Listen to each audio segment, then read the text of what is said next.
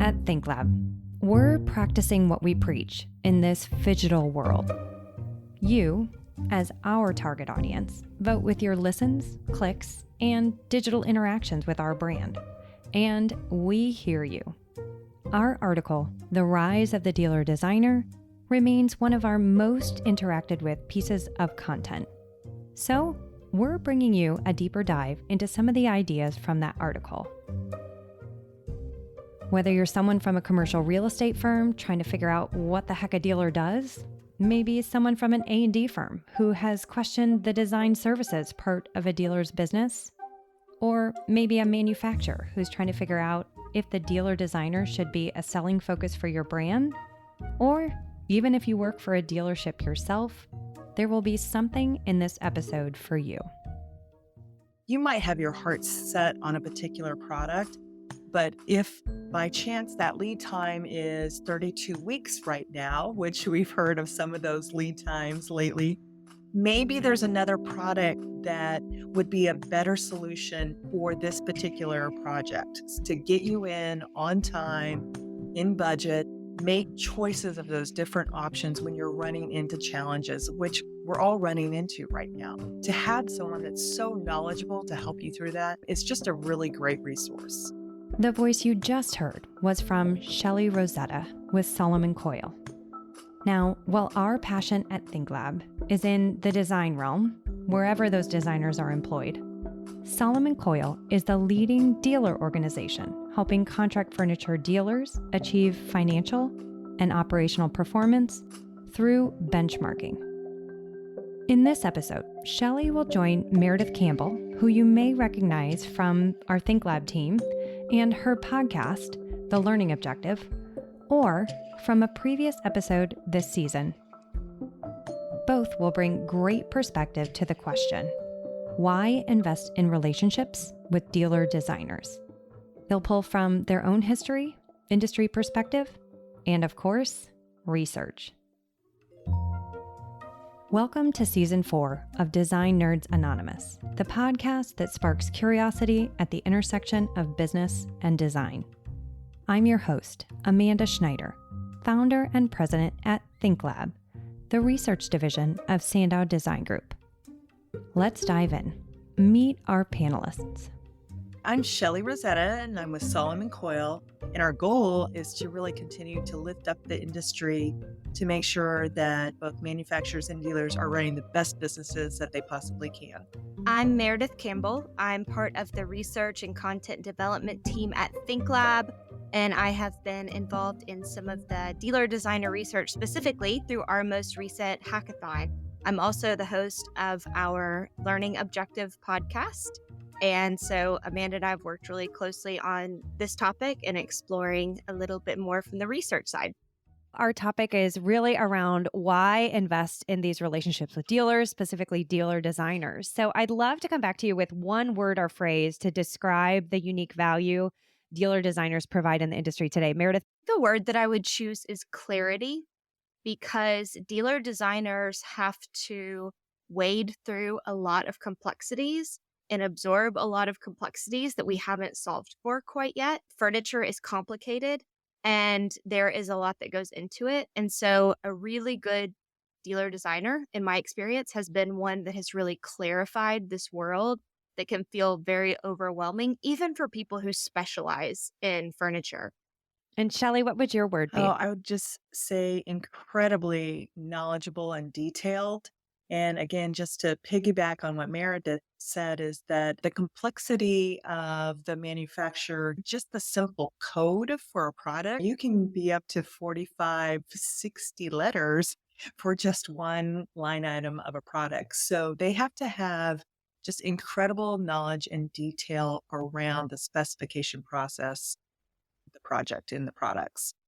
One product launch for a manufacturer I worked for previously was 14,000 unique SKUs in one product line. I think most people probably don't realize that. I do want to dive in as we kick this topic off to some of the historical tensions, because I think some certainly in the A&D community may not be aware of these tensions. Shelley, I'd love to start with you. What do you feel like are some of the historical tensions that are maybe limiting the reach or fulfilling their potential of the dealer designer? I think historically there's been a perception that dealer designers are more like mechanical drawers and admins specifiers. But what they really are is they are highly degreed interior design degrees, interior architectural degrees. And so it's just that they chose a different path. And I do think that their brains work a little bit differently. And I would add, just piggybacking on what you said, Shelley, that I think one of the tensions is that they have to be incredibly technical. They have to know down to the smallest minute detail, but they're also even more so today being tasked with coming up with really creative out of the box solutions.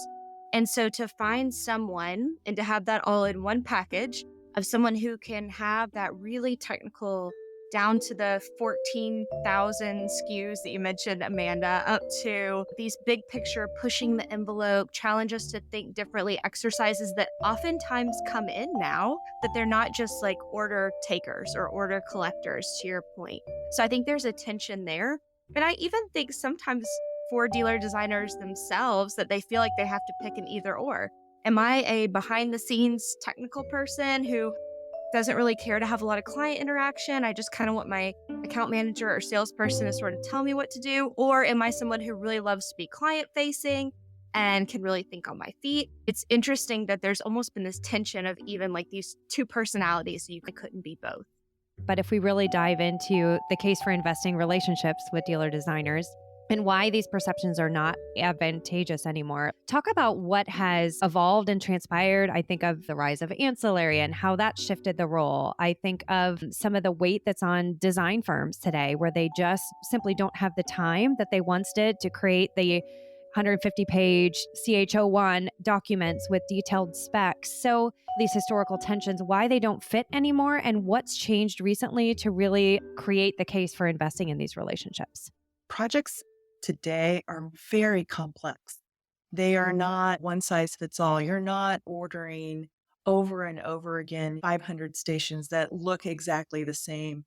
You're really having to solve these different spaces and what's the function of those different spaces and what's the best products to put in those spaces.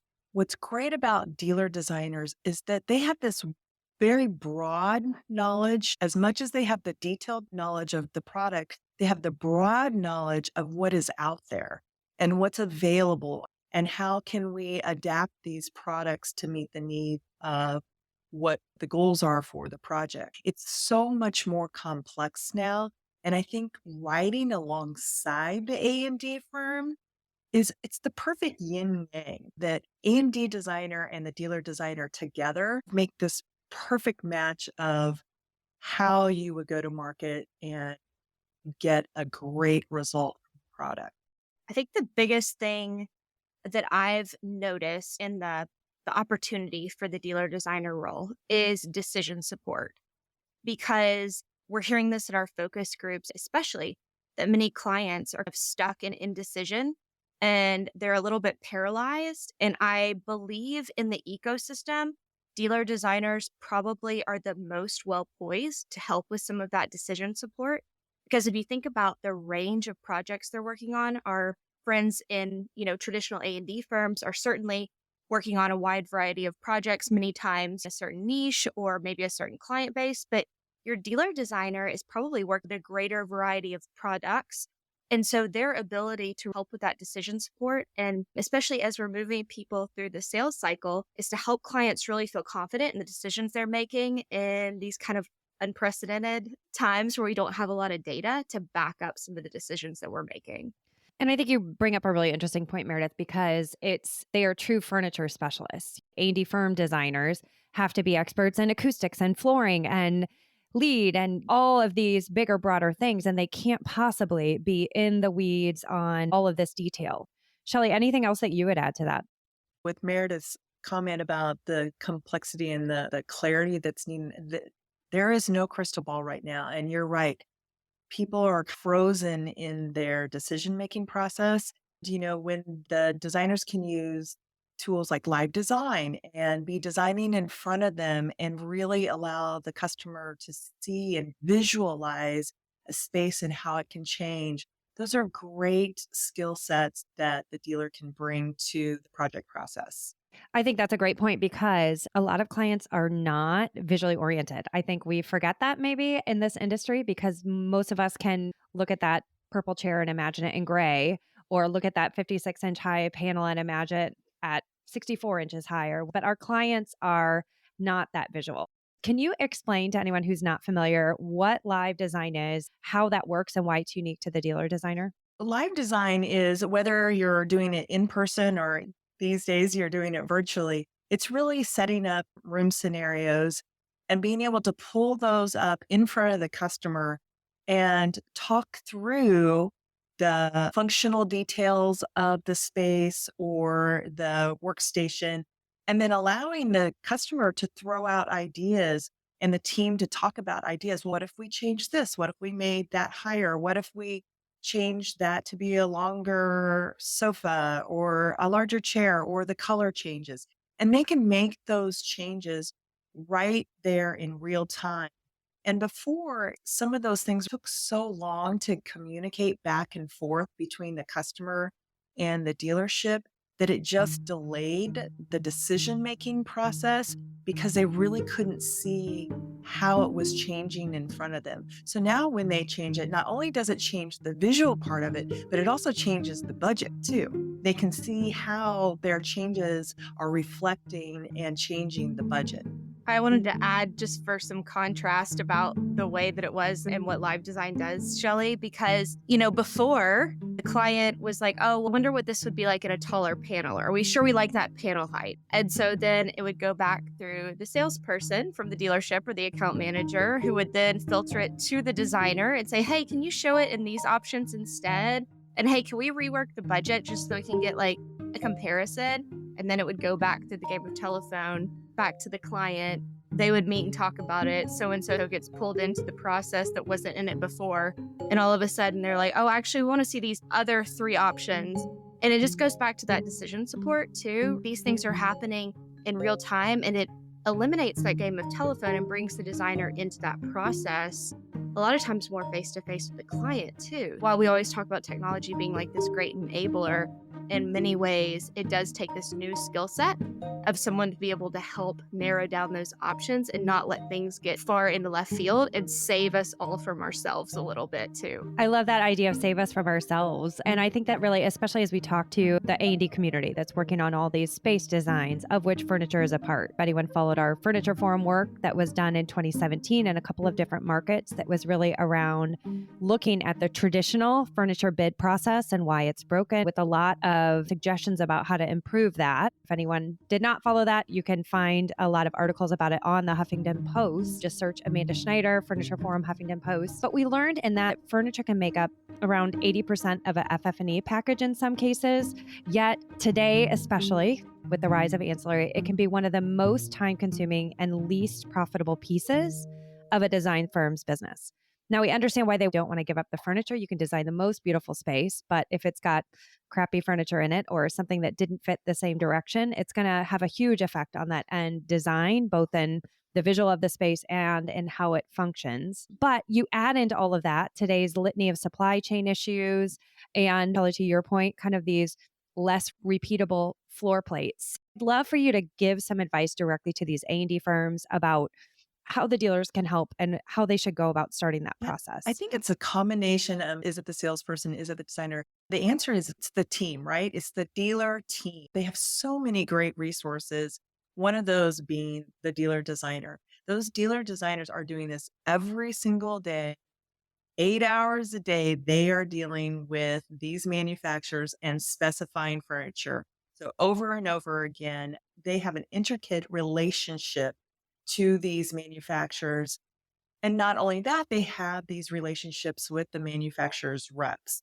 So they have these great resources that they have built around them to help support them, give them information about lead time so that they can help the design firms make good decisions. You might have your heart set on a particular product, but if by chance that lead time is 32 weeks right now, which we've heard of some of those lead times lately, maybe there's another product that would be a better solution for this particular project to get you in on time, in budget.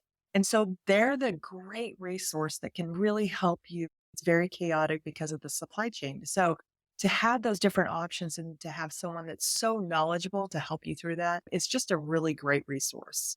I think one of the things that's really important to remember too, especially with the furniture bid, is that it's only the beginning of the process. Even though you think you've won that bid and, oh, this is it, like we've won, that's the end, it's really just the beginning. Right? And that team, like Shelley mentioned, the account manager, salesperson, dealer designer, become an integral part of that project team. Many times, depending on the size of the project, they're part of the OAC meetings, and you develop a rapport as a designer with this team, just like you do anyone else who is part of the project team. So even though they are a vendor who's providing a service and you're evaluating them based on a bid, I would encourage designers to really evaluate them based on a team member that's going to be critical in that day two part of it. And even after the designer is out of the process and the client is moved in and there isn't necessarily an event that's happening like a renovation, many times those dealer designers are the ones who take their precious project in their hands and manage it throughout the life of that space. If there are moves, adds, reconfigures, those types of things. So really thinking that the bid isn't this like end point, but it's really the beginning of that project team working together and thinking about how, again, we heard this so much in our focus groups, especially for Hackathon, that what designers value more than anything from their manufacturers, distributors, is someone who can save them from themselves. Just because, like you mentioned before, Amanda, they have to know so many things that having that partner who could come alongside of them is just crucial. We talk about risk mitigation all the time, and that's part of that saving them from themselves conversation. And it really is someone who can make the customer feel safe, mitigate those risks long term. Because, like you said, Meredith, this is a long term relationship. That dealer team is going to be there for the next 7, 10, 15 years with that customer. And I would say that was one of the interesting things about the furniture forum too, as we look at this process, is ultimately when the A&D firm is off to their next project, the manufacturer is off, everyone's off to the next thing, the commercial real estate team is off to the next project. The dealer is the one that's left with that client. So I also feel like there's a piece of this that is a caretaking of your client, is to make sure they get with a solid dealer that's going to take care of them beyond just that project. I want to go back to something that you said, Meredith, about protecting them from themselves. And I want you guys to just really summarize what the biggest benefit to these A&D designers are, because I feel like the A&D designer, your job is to push the client out of their comfort zone. They've hired you to be creative and maybe unexpected applications or really informed applications to push them beyond what they came to you asking for. So Meredith, when you say protect them from themselves, now I think that that's it, because it allows that A&D firm designer to soar where they soar, but with those guardrails to know that they are protected. So if you had to add to that to just say why this is so important, what would you add? Empowered, because I think that's what a good dealer designer does for an A&D firm. And I would say safety net. You talked about the guardrails. It does allow them to really get outside of the box and really stretch the customer from their comfort zone, but still provide that just soft landing so that their project can be very successful. I feel like some of this conversation came up earlier, but if you really had to throw down a gauntlet about how to think differently, how to act differently, how to behave differently in ways that would benefit their clients as a result of partnering with these dealer designers, how would you tell them to think about the most impactful ways to truly partner? I think mine is fairly simple, is really that mindset shift of that dealer designer being a resource to assist you, to come alongside you as a vital member of your project team and to enable you to do those things that really matter to you about your project, rather than the historical view as the dealer designer just sort of being the person who puts the order together or the person who puts the parts and pieces together the right way after everything has been did. And some of the ways that you can really bring them into the fold to help support you and clarify all of the dizzying options that exist. And some of the landmines that we said too, like the guardrails that the dealer designer can provide that it doesn't have to just be this really clean handoff. Like, I've created the bid, cut, now you're up. Now take the order and make it happen. Yeah, I would say the exact same thing. Instead of having that handoff, have it be more hand in hand throughout the process. And truly, like Meredith said, just look at them as a partner throughout the process. The RFP process itself is somewhat antiquated. And if we could even move to more of an RFQ process where you are interviewing and you are seeing who clicks. And when you say RFQ, I assume that means less focused on price, more focused on fit. Is there anything else that you would add to that? No, I think that's exactly what we're thinking. Because I think what we've seen historically, pricing is always really close. I mean, if you truly are looking at kind of, apples to apples specs, go with the people that you feel can service the customer the best. That's who you want, because at that point, what happens is everyone becomes much more transparent and everything becomes out in the open. Maybe think of shifting to more of an RFQ process rather than the whole RFP process, which I think it's been around for a long time. I think there's a way to improve the process. Thinking about that design role, and especially as we go back to the conversation where we started, where we were really talking about maybe some of these historical things that have held dealers back. So if we think about challenging dealers to think about the most impactful ways to help maybe the local design team gain confidence, what would you say to dealer management, dealer sales reps, the other teams surrounding these dealer designers? I think that is a key part. The role of the designer, the dealer designer, is changing too, positions, where they're almost becoming designer, seller, because we are elevating them and we're getting them to move upstream in the process. So I think that's saying seller. It doesn't really mean seller, but it just means we're trying to move them upstream in the process. There are, like you said, there are going to be those designers who they don't want to be out in front of customers. They are fine, being in the background and where they felt comfortable. But I think I would challenge all of them to just push a little bit out of their comfort zone and see how they can grow their career within. The dealers that I see research pointing to will be successful and evolve with the industry are getting out of just looking at their own process improvement, like getting out of just how do we move from A to B to C more efficiently, or how do we do this in their box, and really looking outside of themselves to what's happening with our clients, what's happening with design firms, what are the pain points in the rest of the industry, and how can we plug some holes there versus just what are my pain points. So I see the most opportunity to just really come up with some out of the box thinking, because I think some of those challenges, and dealers have so many challenges. We know from some of the heat maps that we've seen from pain throughout the process that they have the most pain at all places throughout the process. And so from my point of view, they have the most opportunity if they can really harness that and get out of just their box of their process improvement and look bigger at industry process improvement. Agree. And dealer designers are actually a great place to start there. They are by nature problem solvers, kind of caretakers. They are caretakers of our customers. Know that there is a production part of their job. They have to specify, they have to design. But for those who are interested and would like to get out from behind their computer, go to the customer meetings, the face-to-face meetings, be out there at the beginning of the process, be out there with the events that are happening in the community. So I would say for the dealers, invest in those designers and respect the value that they bring to your business.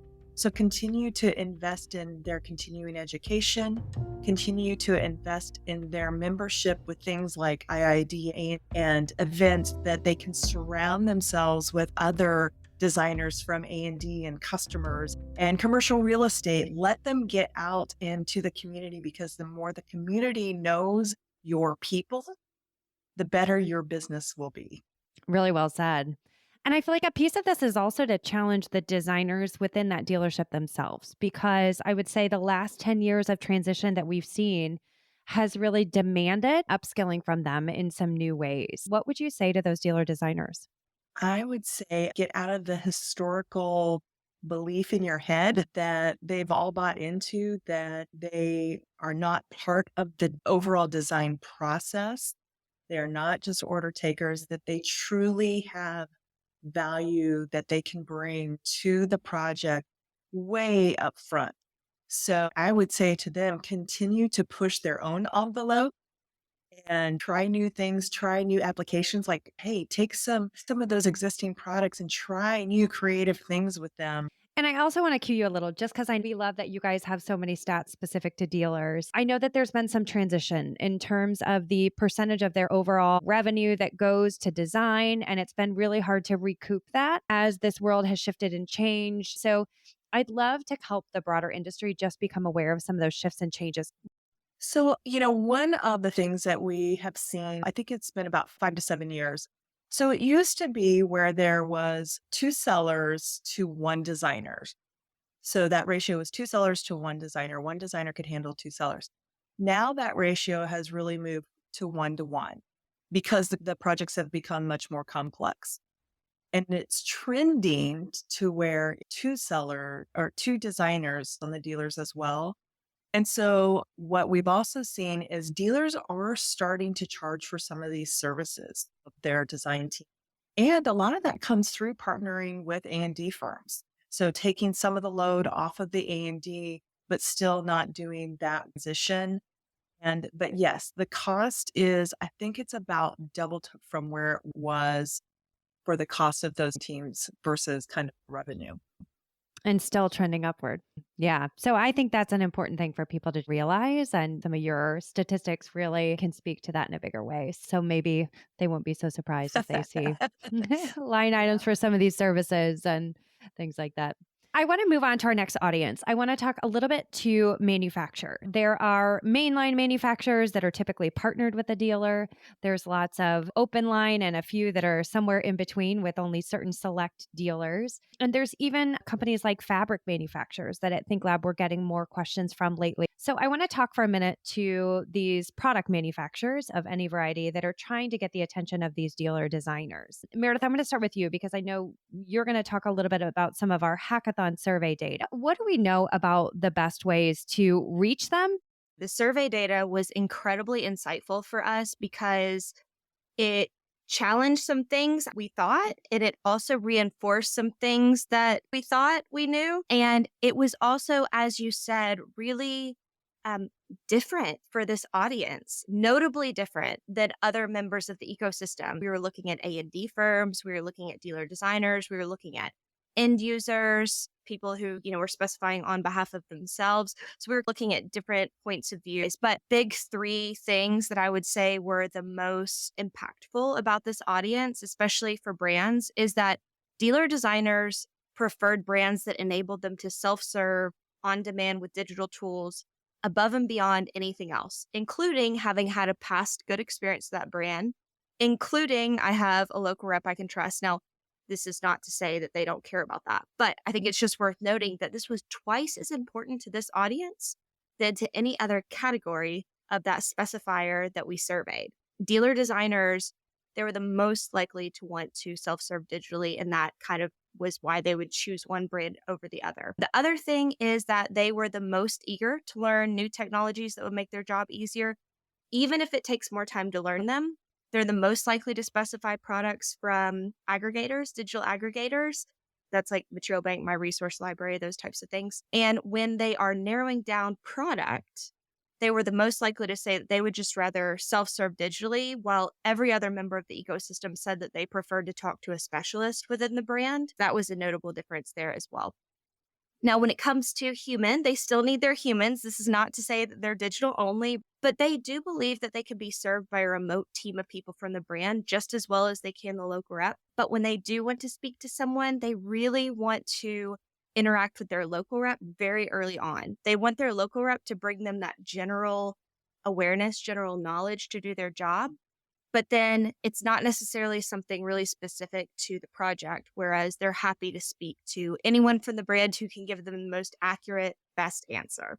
Shelley, I'd love to come to you again as we think about these different brands that maybe should be thinking about the dealer designer in a new way today than maybe they have in the past. What do we know about them? What products are they interested in? And where do you see the most opportunity there? So, in talking to the dealer team and especially senior designers, what they say their teams are most worried about, there's not enough time and errors, the avoidance of errors. So, when I think Meredith was talking about being able to self serve, that's because they only have so much time and there's a lot of things that they're juggling on their plate in a very small amount of time in the work week.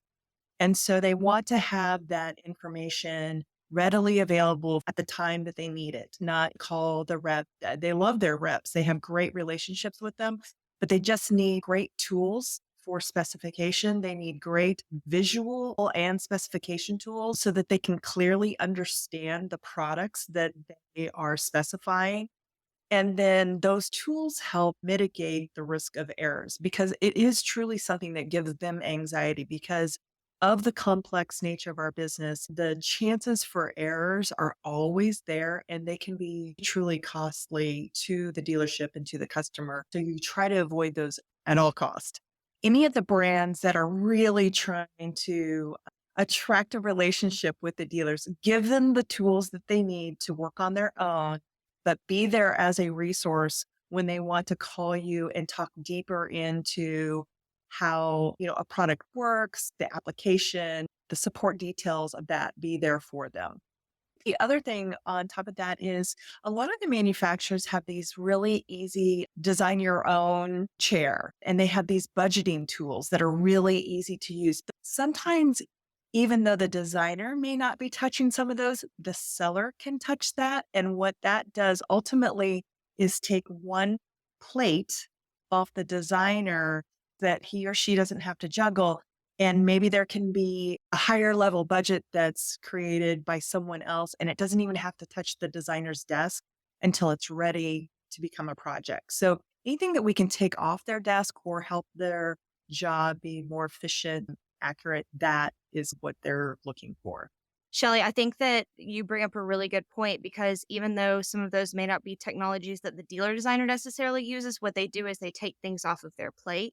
So things like budgeting tools, Amanda, I know we've heard this over and over again in our research, so that the dealer designer isn't having to create budgets from scratch and that we're not having so much of a blank page approach, that there are thought starters or typicals that are already out there that are directional and budgetary, and that we're talking in price per square foot, that there's phenomenal imagery that are thought starters, so that the dealer designer isn't having to create a bunch of thought starters. So some of those tools that are complementary into the sales process that really help the client up front with that decision support, but maybe free up the designer to do some of the other things.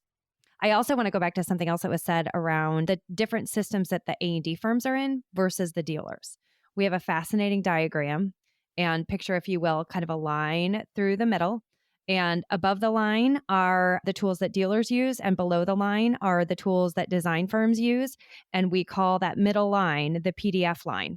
Because what happens is the dealer is doing something in system A, and then it crosses the PDF line and goes into the design firms. If you look at the bid process or even the communication process, a lot of firms are using Revit. A lot of firms are using some of the more design softwares, maybe Illustrator, maybe Canva, depending on what they're doing. A lot of the dealers are using things like Excel and PowerPoint to create. I think if we look at that time waste, not only for the dealer, but for our industry, and ultimately that cost comes back to the client. So I think there's a lot of opportunity to get better here, but some of the systems are still a little glitchy. So if you had to challenge product manufacturers or brand partners about the most impactful ways to support these dealer designers or gain the loyalty of these dealer designers, what would you say? There are three things I would say, and this is really driven by the research, Amanda, that number one, prioritize those self-serve digital tools in the places that matter most to this audience. Equip them with a team of people from your brand, and upskill your local representatives to provide that value and that education up front, where we know that they really, again, value that local person the most. So 2 of my 3 matched Meredith exactly, those tools and those resources. And then my third would be, do not stop with your research and development of new products. They are always hungry for really great products that answer the needs of customers and the challenges that they're trying to solve. So don't cut back on the research and development of getting new products out there. And then once you do get new products out there, make sure that your dealer teams are trained well on them and they have the resources needed to make sure that those are good solutions for the customers in the A&D firm. I think there's a piece of that that's not only around new products, but also around new applications of existing products and finding ways to really inspire these folks with, especially on the furniture side, of new ways that they can be thinking about it or new ways they can be taking these concepts to their firms. Exactly. Completely agree. Meredith and Shelley, I want to thank you both for your incredible insights and discussions. And to our listeners, if you have questions, comments, suggestions, additional ideas for us on this topic, we'd love to hear from you. As I said at the beginning, you vote with your listens, clicks, and digital interactions, including any response to this episode. So feel free to reach out to any one of us on LinkedIn. That's Amanda Schneider, Meredith Campbell, both with ThinkLab, or Shelley Rosetta with Solomon Coyle. And one last shout out to our Season 4 sponsors, Mannington Commercial, The Mart, and Neocon. Well, folks, this is a wrap on Season 4. But if you enjoy this podcast, make sure you hit that follow button so you don't miss any of the great content that we have coming up for you in 2023. And if you love our perspective at ThinkLab, be sure to also check out our other podcasts, The Learning Objective, which is the industry's first ever CEU podcast, and Empowered, ThinkLab's partnership podcast with Material Bank, which is focused on ideas and insights for the B2B rep. You can find them wherever you get your podcasts. Design Nerds Anonymous is a proud member of the Surround Podcast Network. Discover more shows from Surround at surroundpodcasts.com. This episode of Design Nerds Anonymous was produced and edited by Sandow Design Group. Special thanks to the podcast production team, Hannah Vitti, Wise Grisette, and Samantha Sager.